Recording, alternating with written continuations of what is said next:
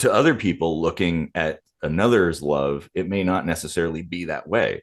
And, somebody can love a person and another person can detest that same person. Like a person that you're actively making a choice to keep in your life. But as we all know from life experience, you don't always get along with everybody.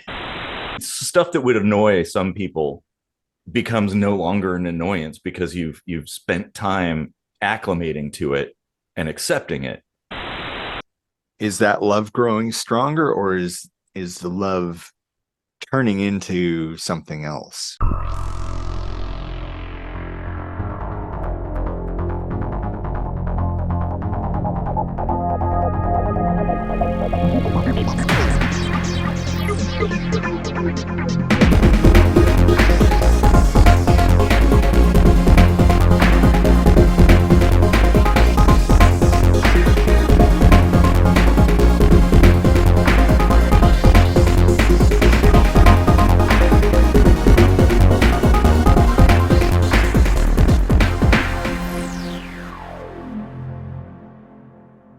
All right, welcome to another kitchen sink microscopy. I'm Casey Rochford, and I can't think of a clever way to begin the episode, so I'm just going to shut up right now while you like and share and subscribe to the channel. Nice. And I'm Erik Rosenblatt. Casey and I, we write our own music. We are constantly creating new stuff and recreating old stuff. And so there's probably going to be something new or old that we've renewed at the end of this episode. Yeah, so stick around to the end to check that out, and yeah, you'll probably like it. So, Casey, what do you want to talk about today? You ever thought of that word renew? Like renew, like it's new, it nude again. Like yeah, that's true. If it's new, it's new. But then when you renew, it's still not new. Kind of weird. And then also, how about refurbish? Like, what is furbish? Yeah, what's furbish the language in the first place? Furbish is the language of Furbies, right? so look, I've furbished this pen. Yeah, I guess that's what it means. I don't know. That's not a commonly used term. Anyway, so what are we going to talk about? That. Yeah, so I was thinking of a philosophical complexity, I suppose, that I think will be kind of a fun one to tackle. And that's where does love go when you die? Ooh, that's interesting. It's not like matter or energy, but I mean, like, kind of is also. Yeah, well, it's kind of a component of consciousness. Yeah. So in a way, it's sort of tied into where does consciousness go? It is, but like there's something special, something like really strong about love and like the bonds it can create and the just the intensity of emotion that tends to surround it, and it can have a way of making people do things they otherwise aren't capable of. So it's got to have some kind of, I don't know, manifested sort of energy sort of thing going on in this dimension, right? Like, yeah. Well, I mean, yeah, maybe I wonder if it's something that's like it could have like residual properties, in the absence of the people that love each other, basically. yeah, because I mean, like on a physical level, there's oxytocin and all this other stuff that, like hormones, neurotransmitters, and things of that nature that, but they correlate to a specific person also. And that, I mean, it could be as simple as it just goes nowhere, right? Of course, but like to entertain the idea of like undying love, when the body dies and the and the brain dies, Mm, where does that love go? that's a interesting philosophical question. Because as long as the other person, the other party in the love connection is still alive, that's the tether is still partially there anyway in this Yeah. physical Well, I mean, I just did a living minute world. microscopy about ghosts and stuff like that. And I think maybe that, like, yeah, if one party dies and the other is still alive, oftentimes that it's like the other person, the dead person lingers or Mhm. comes back basically and kind of haunts that person. Like they can still feel their presence from time to time in various ways. That's something that I've heard from a lot of people. I mean, it's the same thing like with my mom, right? Like there are times where I can still feel her as if she were still around, essentially. Yeah. It's kind of, Yeah, I've definitely had that with a number of people I've lost. And yeah, I, of course, you can always explain it away like, this is your memories and, your brain like creating patterns and blah, blah, blah. But there's a reality to like the just the strength of love. mm-hmm. Like I'm really trying to avoid saying what is love because Then I don't want we'd to have to create any like bob our heads. earworms. Like, yeah, we'd have to be doing that. Like, I can hear that song starting up in my head right now. Yep. I I knew that would happen. Damn know it. it's a good song though. That would be a good one to have at the end if we could, do that. Um, yeah, and well, love is like it's complex, right? I mean, it takes on various forms. I think at its core, love is shared experience, and connection, like Mhm. unique connections that you may have with a person that are special. Which I mean, ultimately, you have unique connections with everybody, but maybe these connections are extra special. Uh-huh. So, and their love is built over time. Generally, like it's your shared journey together that makes that love more powerful and cements it even more, Mhm. I think. And so, you have people who are, they've been together for 60 years or 70 years or something like that. And it's like they're so a part of each other that like they're almost one person, which is Yeah. kind of interesting. Yeah. And of course this idea came to me thinking of, my mom is nearing the end at this time and my dad's not really far behind. Mm. Um and when I was last in town, like seeing them together for what might be my last time with them, like thoughts like that were going through my. I mean, they've been married 50 plus years. Uh, Wow. yeah, coming up on 51, Jeez. and Half a century too. That's yeah, awesome. yeah. I mean, like that's no like small feat, right? Like, No, no. and and it makes me wonder about like obviously that love will still be there when you know one of them of course inevitably passes before the other, and that got me thinking like, well, where does that love go when you die? Like you'll you'll still hang on to it as the surviving spouse, and but then there's also situations, of course, that, we go through life and we fall in love and we fall out of love. Like, so where does that love go? Like, Oh, if we can answer that question, like if it actually does go anywhere, or if it just changes, huh. um, or is there just like I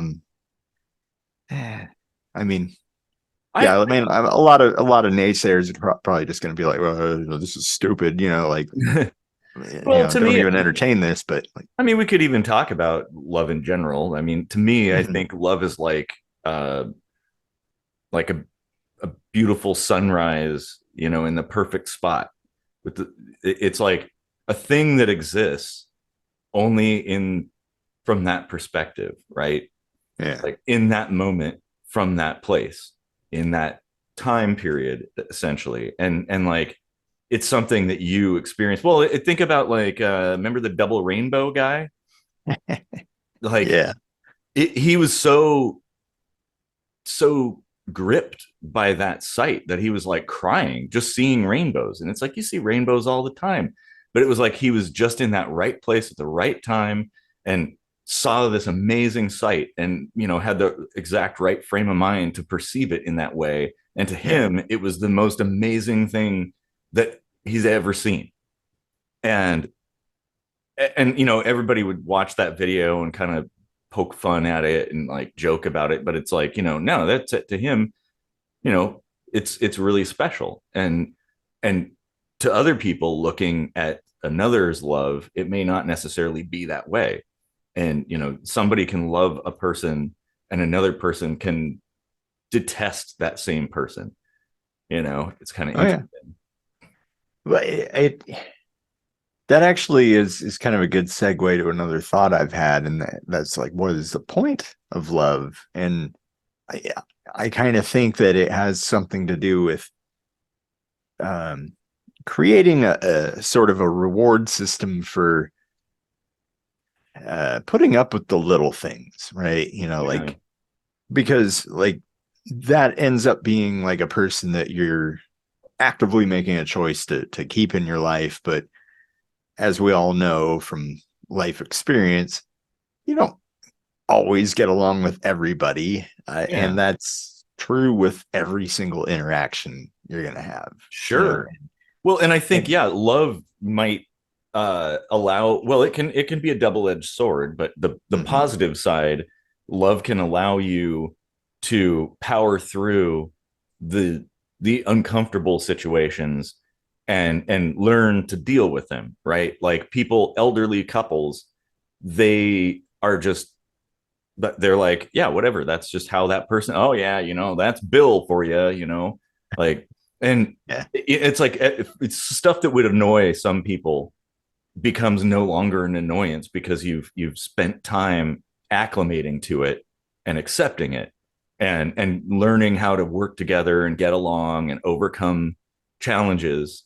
yeah, And I think that's the benefit of love for sure. And it's certainly something that has been selected for over time, because the societies humans where humans experience love in a big way, I think those societies flourish because mhm, people work together and bond and stay together and create a team essentially. And it works for families as well. You, instead of just kicking the kids out of the nest, a year after they're born or whatever, and yeah, go fend for yourself, kids. No, people keep them in the house, in their community, usually indefinitely in one way or another. yeah, And it's love that does that, really. yeah, Um, and yeah. I mean, love doesn't necessarily blind you to things that annoy you, but you definitely like you kind of stack it against uh the love itself. You're like, well, yeah, that's annoying, but like overall, I mostly feel good with this person, right? yeah, that would be the logical way to Yeah, analyze things. But people that are inexperienced, I think love can um, blind people to the situation where yeah, they ignore all of the red flags and things like that. I mean, especially early on in a relationship, that kind of thing. It's like your spidey sense is telling you like, hey, wait a second. And you're like, no, but I love that person, and I don't want to let him go and stuff, which is another thing that would be something we could talk about too. Uh, yeah, but like I think that, like I said, it's a double-edged sword.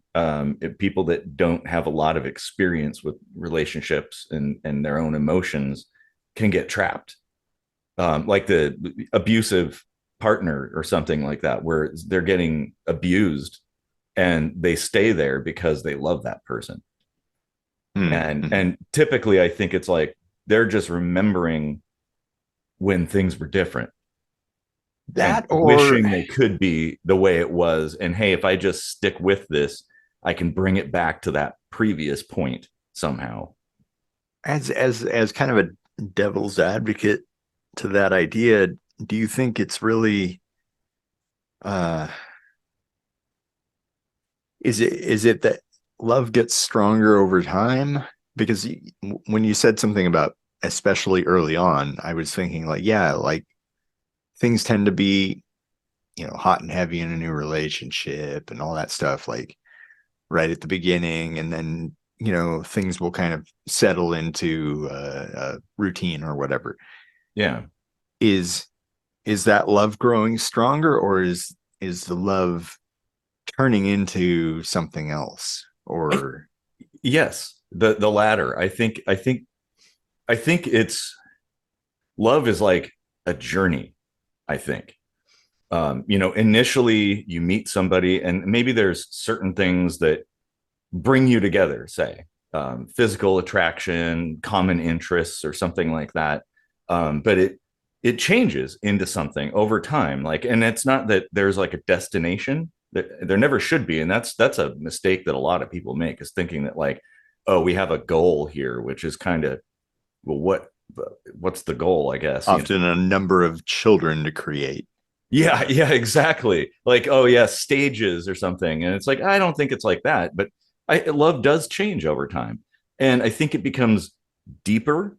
Maybe you lose a little bit of the like glitter that was there in the beginning, where things were very Mm. fresh and new.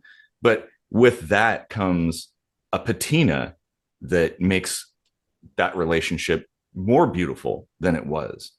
And so yeah, I think it does change over time, certainly. But it Yeah. doesn't, like, I don't think it goes away necessarily. And maybe even like when you like, because you were saying like falling out of love. I mean, I guess you do. I mean, that can happen. Um, but maybe, whoa, this is going to get deep. Yeah. I mean, maybe that love still exists, but in the past. Like it's like, if you consider that there is no such thing as time. Or at least that it's not linear. Yeah, exactly. Like things, even the past still exists because it Mm-hmm. happened, right? It like all of the things that were present back then are still present. They've just shifted and moved around. Yeah. So really, that like that love still exists, even if you're no longer experiencing it or part of it, and that's where Yeah. does love go? That's my answer to that. I think it always exists. But yeah, if you're not really in touch with the places in time where it existed the strongest, uh, you can definitely like start to lose that tether to it. Mm-hmm. Because you know, in my situation with all that legal stuff that happened, like I tried to kind of like block a lot of that away, so that love definitely like went away. It Mm-hmm. was very real, but the situation behind it was so much of a facade and so painful and negative in my life that Mm-hmm. it took a serious effort in kind of building walls between those memories and the present state of mind, right? Yeah, But and that's when it comes to the flip side of things, right? Like uh it's good to like look back at old pictures and remember these memories and how you felt in those moments with somebody that you care about in the here and now, and just like those are memories, yeah, but that's still a real feeling that you can recapture, just like a memory can make you smell your mom's baking cookies or something. Like, yeah. stuff like that is very real, even though it may not really be right there right now. Well, and it's part of you. Mhm. And another thing, like, yeah, like you said, I don't think people should get rid of old photographs or old love letters or whatever. No, hang on to those, because you can also compare the past to now and appreciate where you are, how far you've come. I go Yeah. back and I look at like these old little notes that I used to send to girlfriends, and or they've given me and stuff. And it's like, wow, I was so silly and innocent back then, you know. And now my relationships are so much more profound than they were. Like how basic my relationships were in the past, and that love was so primitive. Yeah. um and and now it's so much broader and deeper than ever. And so Well, it's like I can go back and look at all those things, and it's like, oh wow, you know what, this is really special. What I have right now is pretty amazing. And so it's like those things are great in that regard for helping you appreciate yeah. where you are. I was just looking at old pictures at my parents' house and, taking some stuff to put in storage, and I came across my first wedding pictures from over 20 years ago. Yeah. Um, and, I put those in storage. I kept them because not because I want to remember the love I had with my first wife. Like that's not even a thought. But I've got pictures of you at the DJ table, like spinning records and all that stuff. I've With the got pictures silver of my tux, right? my yeah, yeah, pictures of my sister being the flower girl, and she just got married. Wow. And the only picture I think I have in existence of me with both of my biological parents, and my dad in a tuxedo. Like that's the only time I think I've ever seen that. Like, Yeah, that and was pretty wild. there's plenty of other reasons to hang on to photos that, like a new girlfriend or wife might be like, why are you hanging on to those? And it's like, well, there's other memories, Yeah, there's a whole there's story other there. love in there that is Well, irrespective of the main star, right? exactly. Well, and that love that you had is what made that event, that experience happen. Yeah. Like if you never experienced that love, then you wouldn't have those photographs. That nobody would have been there. That Yeah. event would not have happened. And so that's kind of like a valuable thing. Yeah. And that Even if it, person is so far gone out of my life, I don't even have any clue what she's up to. She's, Mhm. as far as I can tell, she's not even on social media. So like that tether is long, long gone. Well, but also, you have another ex that you're still friends with, Yeah. Yeah. on good terms with. And that's the thing, like that Yeah. can also see, that's another thing, is like, if things if you don't burn bridges, then you can, that love carries on, but just in a different form. It's kind of like it becomes, Right. you okay, all that is in the past, but we can still be cordial and appreciate the other person, and be friendly and stuff. And yeah, what about, I mean, not just with like couples, but like I think friendship too has Uh-huh. its own, that kind of love. And I wouldn't necessarily put them all in different boxes. I don't believe that they're, there's this love and then there's that love. No, I think they stem from the same place. Yeah. Obviously Yeah. you experience them different, and you feel them differently. Hmm. But it's kind of the same thing, like friendship, people you've gone through hell together or something, or you've just known each other for a really, really long time, and like you could complete each other's sentences and stuff, like Yeah. that kind of thing. And where you'll go out of your way to help each other, and that comes from love too.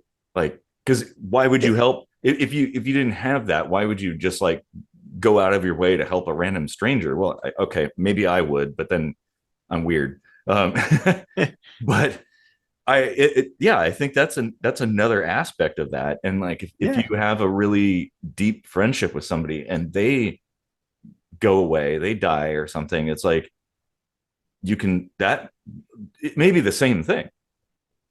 Yeah. I mean, I've got a number of friends that I've had for 20 or 30 plus years, you included. Mhm. And I think at some point with all of them, there have been large gaps in time that we haven't, hung out or whatever. And not for any like, not necessarily always for like a bad reason or anything, just kind of like life Life, happens yeah, and you life. get busy or whatever and stuff. But that connection always stays just as strong. And even when something bad happens, like, I had this friend in high school, and then even before we were out of high school, there was this huge falling out, and probably close to 20 years went by before we finally could, actually hang out again, and that felt super good.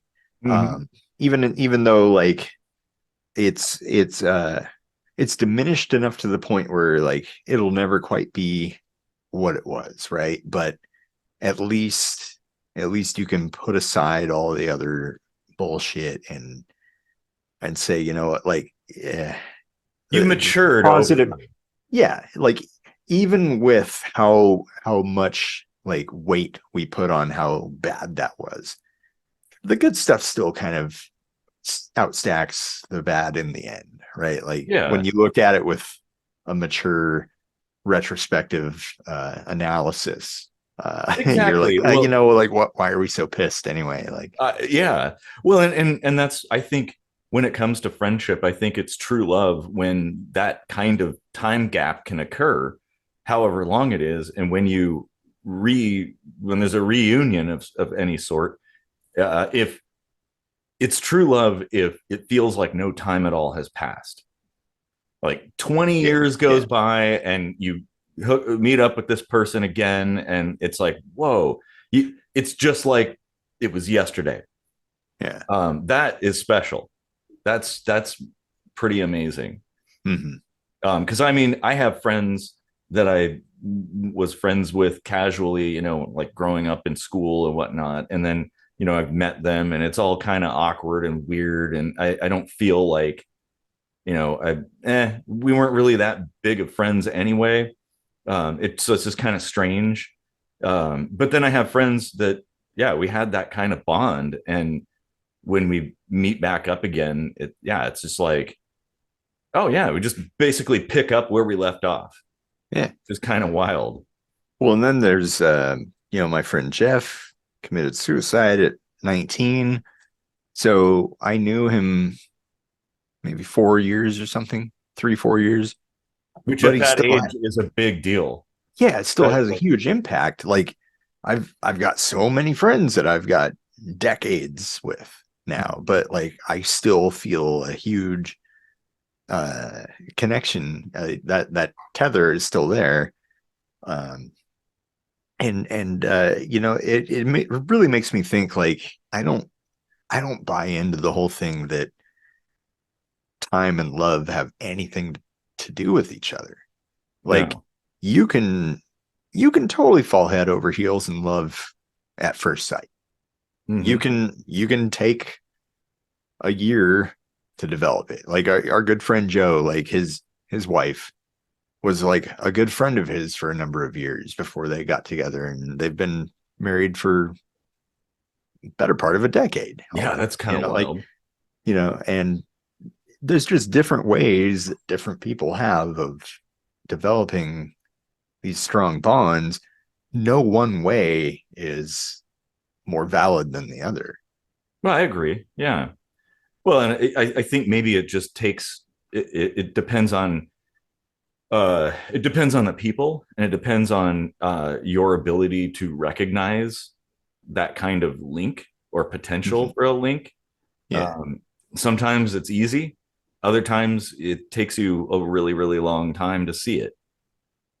yeah, And in my situation, I guess I'm in a little different situation, being polyamorous, you know, like Yeah. it's the there is no one person that I'm like, oh, this is the person.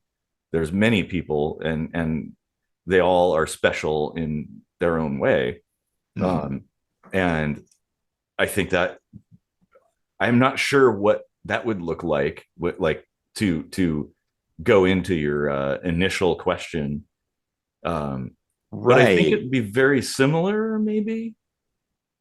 Well, yeah. I mean, I I guess it really just has to do with the connections. Um, because yeah, like the thing we haven't really touched on is like what actually happens to that when both ends of that tether are dead, right? Yeah, Like when that's severed. when we die, Mm. where does that love go? Like, is it is it just floating around in the ether with the rest of our consciousness? Does the consciousness just break apart entirely? Um, or is there still some kind of like, I mean, that even like verges on talking about, is there an afterlife? What's that Yeah. like? You know, Well, and I was does thinking that like, love transfer into the afterlife? And then if so, everyone's going to have to be polyamorous just about, right? yeah, yeah. Well, I mean, especially like I was going to bring up reincarnation. Mhm. Like perhaps that love isn't new.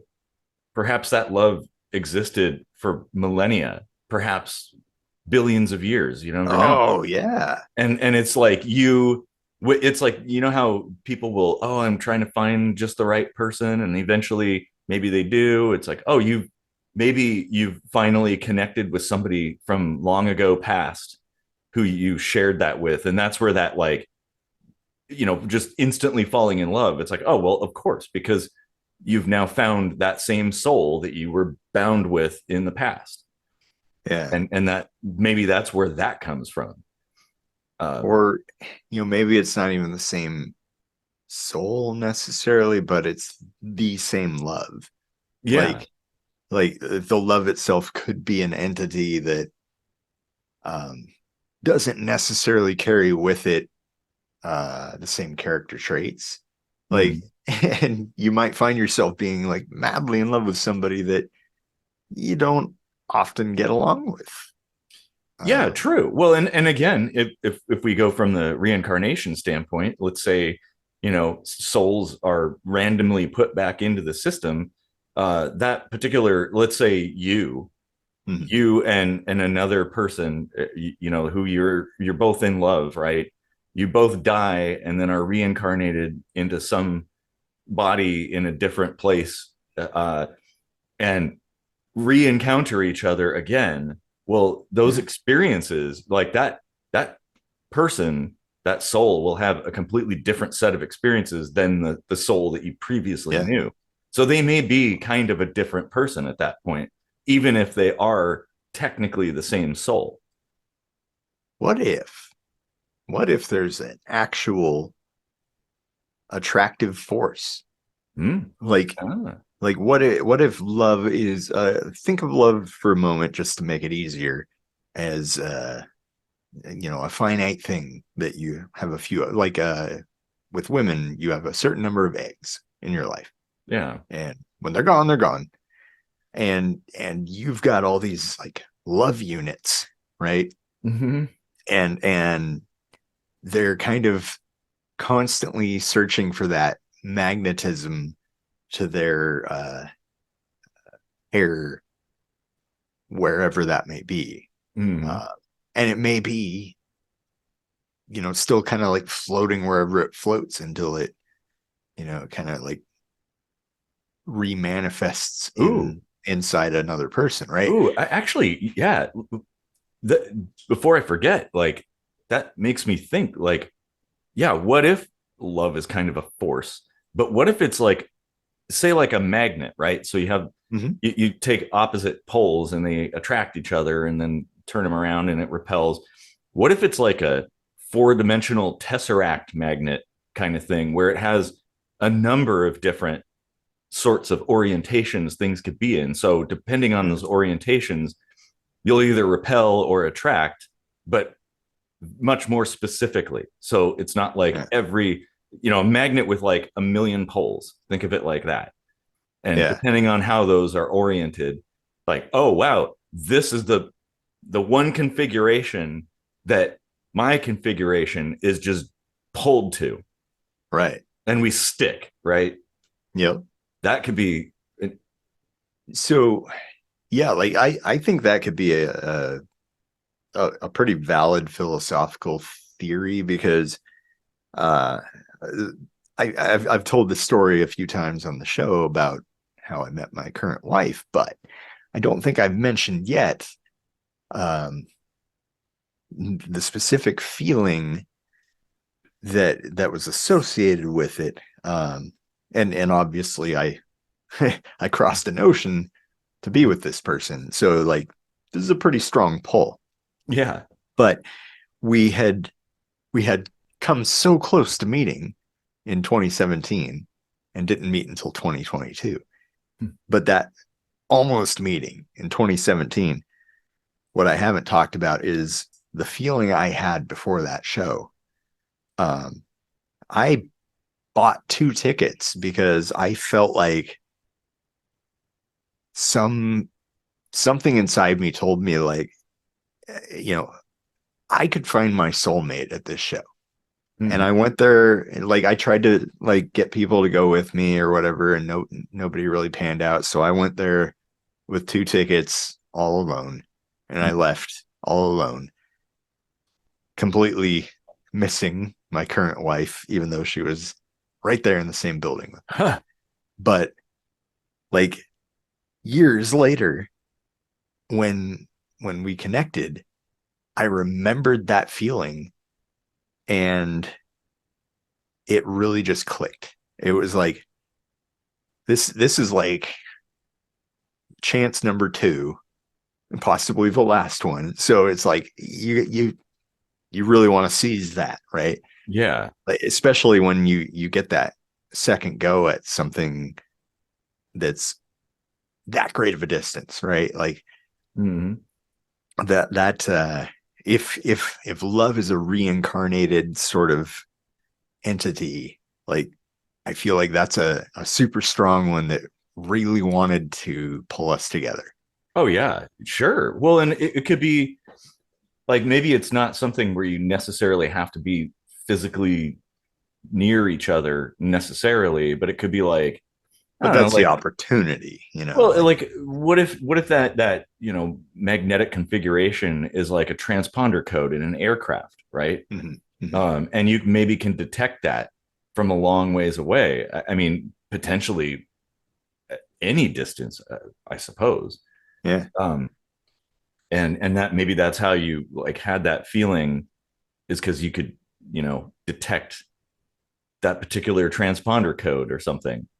who knows? Yeah, that's really. Uh, but it's interesting to think about that, like to really analyze like what goes into love and like how each experience of love is super different, but also has a lot in common with the Mhm. next one, and like Well, like think about it, like I was saying, the analogy I was giving before about the sunrise or whatever over, in some uh with a perfect scene, that kind of thing. You could have 1,000 people all around a mountain watching this sunset, and each of them would experience it differently, and they would see something slightly different. Um, and that makes it unique. I think everybody's experience is unique, even though it shares a lot of commonality. That's I think I that's missed the sunset. Yeah, I missed the sunset. Damn ah, damn it. it. Even though it's like afternoon there. Yeah, Like, yeah. I know. it's all dark here now. Yep. Well, we'll just keep on rolling until the sunset happens here, and I'll bring the camera out, and you can see that. The longest KSM episode ever. I'm at like 8 beers in, like It's like and then you can turn your camera around and it'll be sunrise. That'd be cool. Oh yeah, man. that's an interesting idea. Like the idea that maybe even if reincarnation itself, like the rest of our personalities are just brand new each time.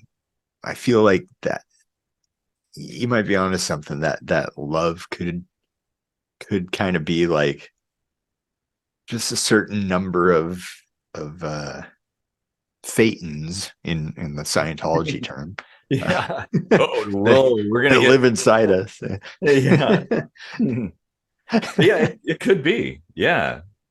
That's interesting. Man, this is I didn't think this would go as far as it did. Yeah, I got deep. Yeah. And I'm sure we could go deeper for sure, but this is probably a good point to conclude things. Yeah. And I'd like to hear people's comments. Like, what do you think about Go too deep, you'll bottom out. Story of my life? The like what I'm curious what people think about this, like all the different things ideas we've raised, and what are your thoughts on love, and is it something tangible, or is it just an emergent property? What is it, and does it persist? I'm curious. Well, I really love to hear people's thoughts down in the comments. Like, everybody have conversations. We read them all. Yeah, and thanks for deep sink diving into what is love. Baby, don't hurt me. Don't hurt me no more. And then the end is going to be a completely different song. It's all like metal and stuff. All right, well, thanks for sticking it out with us through the whole episode, and deep sink diving as always, and have a good morning, afternoon, evening, night, whatever. In